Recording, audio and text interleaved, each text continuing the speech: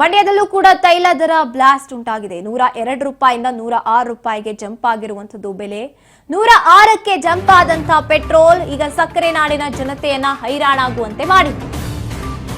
ಮಂಡ್ಯದಲ್ಲೂ ಕೂಡ ಇದೇ ಪರಿಸ್ಥಿತಿ. 106 ರೂಪಾಯಿಗೆ ಜಂಪ್ ಆಗಿರುವಂತದ್ದು ಪೆಟ್ರೋಲ್ ದರ. ಸಕ್ಕರೆ ನಾಡಿನ ಜನ ಹೈರಾಣಾಗಿದ್ದಾರೆ. ಮಂಡ್ಯದ ಮಧ್ಯಮ ವರ್ಗದ ಬದುಕಿಗೆ ದೊಡ್ಡ ಹೊಡೆತವನ್ನು ಉಂಟು ಮಾಡಿದೆ ಈ ಬೆಲೆ ಏರಿಕೆ. ತೈಲ ದರ ಏರಿಕೆ ಆಗಿದೆ. 102ರಿಂದ 106ಕ್ಕೆ ಜಂಪ್ ಆಗಿರುವಂತದ್ದು. 106ಕ್ಕೆ ಪೆಟ್ರೋಲ್ ಬೆಲೆ ಏರಿಕೆ ಆಗಿದೆ.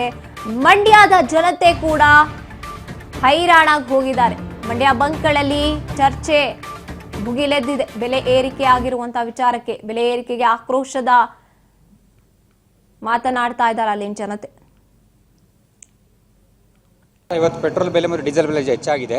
ಕಾರಣ ಏನು, ಕೊಲ್ಲಿ ರಾಷ್ಟ್ರಗಳ ನಡುವೆ ಯುದ್ಧ ನಡೀತಾ ಇದೆ, ಅದರಿಂದ ಭಾರತದ ಮೇಲೆ ಪರಿಣಾಮ ಬೀರ್ತಿದೆ.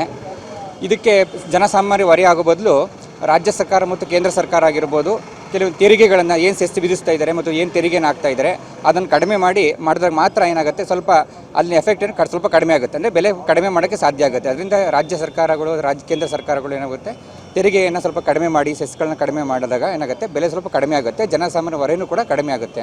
ರಾಜ್ಯದಲ್ಲೆಲ್ಲ ಪೆಟ್ರೋಲ್ ರೇಟ್ ಕಡಿಮೆ ಇದೆ, ನಮ್ಮ ರಾಜ್ಯದಲ್ಲಿ ಮಾತ್ರ ಜಾಸ್ತಿ ಆಗಿದೆ. ಎಲ್ಲ ಯುದ್ಧದ ಎಫೆಕ್ಟ್ ಅಂತಲ್ಲ ಸರ್. ಯುದ್ಧದ ಎಫೆಕ್ಟು ಅಂತಂದರೆ ಕೇಂದ್ರ ಸರ್ಕಾರ 10 ರೂಪಾಯಿ ಕಡಿಮೆ ಮಾಡಿದೆ ಸುಂಕದ ಮೇಲೆ. ಇವರು ಕಡಿಮೆ ಮಾಡಬೇಕಲ್ವಾ? ಬೇರೆ ರಾಜ್ಯದಲ್ಲಿ ಕಡಿಮೆ ಆಗಿದೆ, ಈ ರಾಜ್ಯದಲ್ಲಿ ಏನೂ ಕಡಿಮೆ ಆಗ್ತಾ ಇಲ್ಲ. ತಮಿಳುನಾಡಲ್ಲಿ 103 ರೂಪಾಯಿ ಇದೆ, ಇಲ್ಲಿ 106 ರೂಪಾಯಿ ಇದೆ. ಇದು ಹೆಂಗಾಗುತ್ತೆ? ರಾಜ್ಯ ಸರ್ಕಾರ ಇದು ಕೊನೆ ಆಗಿದೆ. ಮುಖ್ಯಮಂತ್ರಿಗಳಿದು ಉತ್ತರ ಕೊಡಬೇಕು.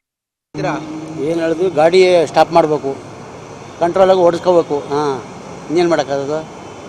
ಕೆಲ್ಸಕ್ಕೆ ಬರಬೇಕು ಅಷ್ಟಕ್ಕೆ, ಇನ್ನೆಲ್ಲೂ ಹೋಗ್ಬಾರ್ದು, ಸುತ್ತಾಡಬಾರ್ದು ಅಷ್ಟೇ.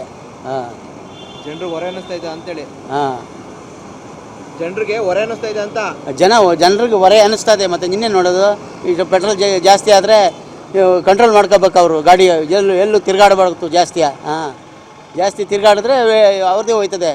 ಕೆಲವರು ಸರ್ಕಾರ ಬೈತಾರಲ್ಲ, ಮತ್ತೆ ಇನ್ನೇನು ಮಾಡೋಕ್ಕಾಗೋದು? ಸರ್ಕಾರ ಬೈದೇನೆ. ಪೆಟ್ರೋಲು ಡೀಸೆಲು ಅದು ಇದು ಜಾಸ್ತಿ ಮಾಡಿಸ್ಕೊಳೋದ್ರೆ ನಿನ್ನೆ ಮಾಡೋದು. ಈಗ ಅಲ್ಲಿ ಎಣ್ಣೆ ರೇಟ್ ಜಾಸ್ತಿ ಆಗೋದೆ, ಅದನ್ನೇ ನಿಲ್ಲಿಸ್ಬಿಟ್ರೆ ಸರಿಯಾಗಿ. ಈ ಬಗ್ಗೆ ಹೆಚ್ಚಿನ ಮಾಹಿತಿಯನ್ನು ನಮ್ಮ ಪ್ರತಿನಿಧಿ ಪ್ರವೀಣ್ ನೀಡ್ತಾರೆ. ಎಸ್ ಪ್ರವೀಣ್, ಈಗ ಎಲ್ಲೆಡೆ ಆಕ್ರೋಶ ಹೊರ ಹಾಕ್ತಾ ಇರುವಂತದ್ದು ಜನತೆ. ಇನ್ನು ಮಂಡ್ಯದ ಪರಿಸ್ಥಿತಿ ಬಗ್ಗೆ ಹೇಳ್ತಾ ಹೋಗೋದಾದ್ರೆ ಆಯ್ತ್ರಿ, ಏನು ಮಧ್ಯಪ್ರಾಂತದ ದೇಶಗಳಲ್ಲಿ ಈಗ ಯುದ್ಧದ ಪ್ರಮಾಣ ಕಮ್ಮಿ ಆಗಿಲ್ಲ. ಹಾಗಾಗಿ ನರೇಂದ್ರ ಮೋದಿ ಅವರು ಬೆಂಗಳೂರಿಗೆ ಬಂದಾಗ ಈ ಒಂದು ವಿಚಾರವಾಗಿ ಒಂದು ಭಾಷಣದಲ್ಲಿ ಒಂದಷ್ಟು ಮಾಹಿತಿಯನ್ನ ನೀಡಿದ್ರು. ಏನು, ಪೆಟ್ರೋಲ್ ಡೀಸೆಲ್ ಬೆಲೆ ಏರಿಕೆ ಆಗ್ಬಹುದು, ಮತ್ತೆ ಚಿನ್ನದ ಬೆಲೆ ಏರಿಕೆ ಆಗ್ಬಹುದು, ಯಾರು ಕೂಡ ಖರೀದಿ ಮಾಡಬೇಡಿ ಅನ್ನೋ ಒಂದು ಕರೆ ನೀಡಿದ್ರು. ಅದರ ಬೆನ್ನಲ್ಲೇ ಈಗ ಏನು ಪೆಟ್ರೋಲ್ ಬಂಕ್ಗಳಿಗೆ ಈಗ ಏನು ಪೆಟ್ರೋಲ್ ಹಾಗೂ ಡೀಸೆಲ್ ಬೆಲೆಗಳನ್ನ ಏರಿಕೆ ಮಾಡಲಾಗಿದೆ. ನಿಜಕ್ಕೂ ಕೂಡ ಇದು ಮಧ್ಯಮ ವರ್ಗದ ಜನರಿಗೆ ತೀವ್ರವಾದಂತ ಆಘಾತ ಅಂತ ಹೇಳ್ಬಹುದು. ಯಾಕೆಂತಂದ್ರೆ ಏಕಾಏಕಿ ಪೆಟ್ರೋಲ್ ಬೆಲೆ 102 ರೂಪಾಯಿ ಇದ್ದಂಥದ್ದು 106 ರೂಪಾಯಿ ಆಗಿದೆ. ಅದೇ ರೀತಿ ಡೀಸೆಲ್ ಕೂಡ 90 ರೂಪಾಯಿ 84 ಪೈಸೆ ಇದ್ದಂಥದ್ದು 93.95 ಪೈಸೆ ಆಗಿದೆ. ಹೀಗಾಗಿ ಮಧ್ಯಮ ವರ್ಗದ ಜನರಿಗೆ ಮತ್ತು ವ್ಯಾಪಾರ ವಹಿವಾಟು ಮಾಡೋರಿಗೆ ತೀವ್ರವಾಗಿ ಸಂಕಷ್ಟಕ್ಕೆ ಸಿಲುಕುವಂತ ಪರಿಸ್ಥಿತಿ ಆಗಿರುವಂತದ್ದು. ಹಾಗಾಗಿ ಜನರು ಈಗ ಏನು ಆಕ್ರೋಶನ ವ್ಯಕ್ತಪಡ್ತಾ ಇದ್ದಾರೆ. ಆದ್ರೆ ಇವೆಲ್ಲಾ ಪರಿಣಾಮವೂ ಕೂಡ ಏನು ಮೋದಿ ಅವರು ಹೇಳಿದ್ರ ಪ್ರಕಾರವಾಗಿ ಏನು ಮಧ್ಯ ಪ್ರಾಂತದ ದೇಶಗಳಲ್ಲಿ ಏನು ಯುದ್ಧದ ಪ್ರಮಾಣ ಏನು ನಿಂತಿಲ್ಲ. ಅದರಿಂದಾಗಿ ಈ ಒಂದು ಬೆಲೆ ಏರಿಕೆಯ ತುಟಿ ಈಗ ತಟ್ಟಿರುವಂತದ್ದು. ಮುಂದಿನ ದಿನಗಳಲ್ಲಿ ಇನ್ನಷ್ಟು ಕೂಡ ಬೆಲೆ ಏರಿಕೆ ಆಗುವ ಸಾಧ್ಯತೆ ಅನ್ನುವಂತ ಮಾಹಿತಿ ಈಗ ಲಭ್ಯವಾಗ್ತಿರುವಂತದ್ದು. ಹಾಗಾಗಿ ಎಚ್ಚರಿಕೆಯಿಂದ ಎಲ್ಲರೂ ಕೂಡ ಮಿತಿಯಾಗಿ ಒಂದು ವಾಹನ ಬಳಕೆಗೆ ಪೆಟ್ರೋಲ್ ಮತ್ತು ಡೀಸೆಲ್ ನ ಬಳಸಬೇಕಾದಂತ ಪರಿಸ್ಥಿತಿ ಈಗ ಎದುರಾಗಿರುವಂತದ್ದು. ಗಾಯತ್ರಿ, ಎಸ್, ಮಿತವಾಗಿ ಬಳಸಿ ಅಂತ ಹೇಳಿದ್ದಂತಹ ಮೋದಿ ಅವರು ಇವಾಗ ಬೆಲೆ ಏರಿಕೆಯನ್ನು ಕೂಡ ಮಾಡಿರುವಂತದ್ದು. ಇದು ನಿಜವಾಗ್ಲೂ ಪ್ಲಾನಾ? ಈ ಪಂಚರಾಜ್ಯ ಎಲೆಕ್ಷನ್ ರಿಸಲ್ಟ್ ಬಂದ ಮೇಲೆ ಈ ಬದಲಾವಣೆಗಳನ್ನ ತರುವಂತದ್ದು, ಇದೆಲ್ಲವನ್ನ ನೋಡ್ತಾ ಇದ್ರೆ ನಿಜಕ್ಕೂ ಕೂಡ ನೇರ ಜನತೆಗೆ ಇಲ್ಲಿ ಸಮಸ್ಯೆ ಉಂಟಾಗ್ತಾ ಇದೆ. ಪಂಚರಾಜ್ಯ ಎಲೆಕ್ಷನ್ ನಡಿಬೇಕಾದ್ರೆ ಯುದ್ಧ ನಡೀತಾ ಇರ್ಲಿಲ್ವಾ? ಅದ್ರ ಸಮಸ್ಯೆಗಳು ಉಂಟಾಗ್ತಿರ್ಲಿಲ್ವಾ ಅನ್ನೋ ಪ್ರಶ್ನೆ ಮೂಡುತ್ತೆ.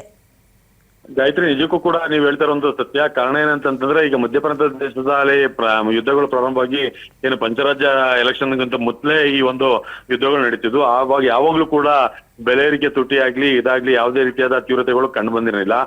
ಈಗ ಏಕಾಏಕಿ ಪಂಚರಾಜ್ಯ ಚುನಾವಣೆಗಳಲ್ಲಿ ಅತಿ ಹೆಚ್ಚು ಸ್ಥಾನಗಳನ್ನ ಏನು ಬಿಜೆಪಿ ಪಡ್ಕೊಳ್ತು. ಇದೀಗ ಬೆಲೆ ಏರಿಕೆ ತುಟಿಯನ್ನ ಈಗ ಮಧ್ಯಮ ವರ್ಗದ ಜನರಿಗೆ ಮತ್ತು ದೇಶದ ಜನರ ಮೇಲೆ ಹೆಗ್ಲಿಕೆ ಆಗ್ತಿರುವಂತದ್ದು. ಅದು ಕೂಡ ಒಂದು ವರ್ಗದಲ್ಲಿ ಒಂದು ರೀತಿ ಮಿಶ್ರ ಪ್ರತಿಕ್ರಿಯೆ ವ್ಯಕ್ತ ಆಗ್ತಾ ಇದೆ. ಜನರು ಕೂಡ ಆ ಒಂದು ವಿಚಾರವಾಗಿಯೇ ಈಗ ಪ್ರತಿಕ್ರಿಯೆಯನ್ನ ನೀಡ್ತಾ ಇರುವಂತದ್ದು. ಯಾಕೆಂದ್ರೆ ಚುನಾವಣೆ ಸಂಬಂಧವಾಗಿ ಇವ್ರು ಯಾವುದೇ ರೀತಿಯಾದ ಕ್ರಮವನ್ನು ಕೈಗೊಂಡಿಲ್ಲ. ಈಗ ಚುನಾವಣೆಯಲ್ಲಿ ಗೆದ್ದು ಬೀಗಿದ್ರಿಂದ ಈ ರೀತಿ ಕೇಂದ್ರ ಸರ್ಕಾರ ಈ ರೀತಿಯ ಧೋರಣೆಯನ್ನ ಮಾಡ್ತಾ ಇದೆ ಅನ್ನೋ ಒಂದು ಅನುಮಾನವು ಕೂಡ ವ್ಯಕ್ತ ಆಗ್ತಿರುವಂತದ್ದು. ಆ ವಿಚಾರವಾಗಿ ಕೂಡ ಸಾರ್ವಜನಿಕರು ಮತ್ತೆ ಗ್ರಾಹಕರು ಕೂಡ ಮಾತಾಡ್ತಾ ಇರುವಂತದ್ದು Gayatri. Yes, thank you Praveen ನಿಮ್ಮೆಲ್ಲ ಮಾಹಿತಿಗಾಗಿ. ಎಸ್, ಮಂಡ್ಯದಲ್ಲೂ ಕೂಡ ರಾಷ್ಟ್ರದ ಪ್ರತಿಯೊಂದು ಜಿಲ್ಲೆಯಲ್ಲೂ ಕೂಡ ಜನ ಆಕ್ರೋಶವನ್ನ ವ್ಯಕ್ತಪಡಿಸ್ತಾ ಇರುವಂತದ್ದು. ಏಕಾಏಕಿಯಾಗಿ ಈ ರೀತಿಯಾದಂತಹ ಬದಲಾವಣೆ ಅಂತ ಅಂದಿರುವಂತದ್ದು ನಿಜಕ್ಕೂ ನಾವು ಎಕ್ಸ್ಪೆಕ್ಟೇ ಮಾಡಿರ್ಲಿಲ್ಲ ಅಂಡ್ ನಾವು ತಯಾರಿ ಮಾಡ್ಕೊಂಡಿರ್ಲಿಲ್ಲ. ಇದಕ್ಕೆಲ್ಲ ಎಷ್ಟೊಂದು ಆರ್ಥಿಕವಾಗಿ ಬಿಕ್ಕಟ್ಟನ್ನ ತಂದಿರ್ತಾ ಇದೆ ಈ ಒಂದು ಬದಲಾವಣೆ ಅನ್ನುವಂಥದ್ದನ್ನ ನಾವು ಗಮನಿಸ್ತಾ ಇದ್ದೀವಿ ರಾಜ್ಯದ ಜನತೆಗೆ.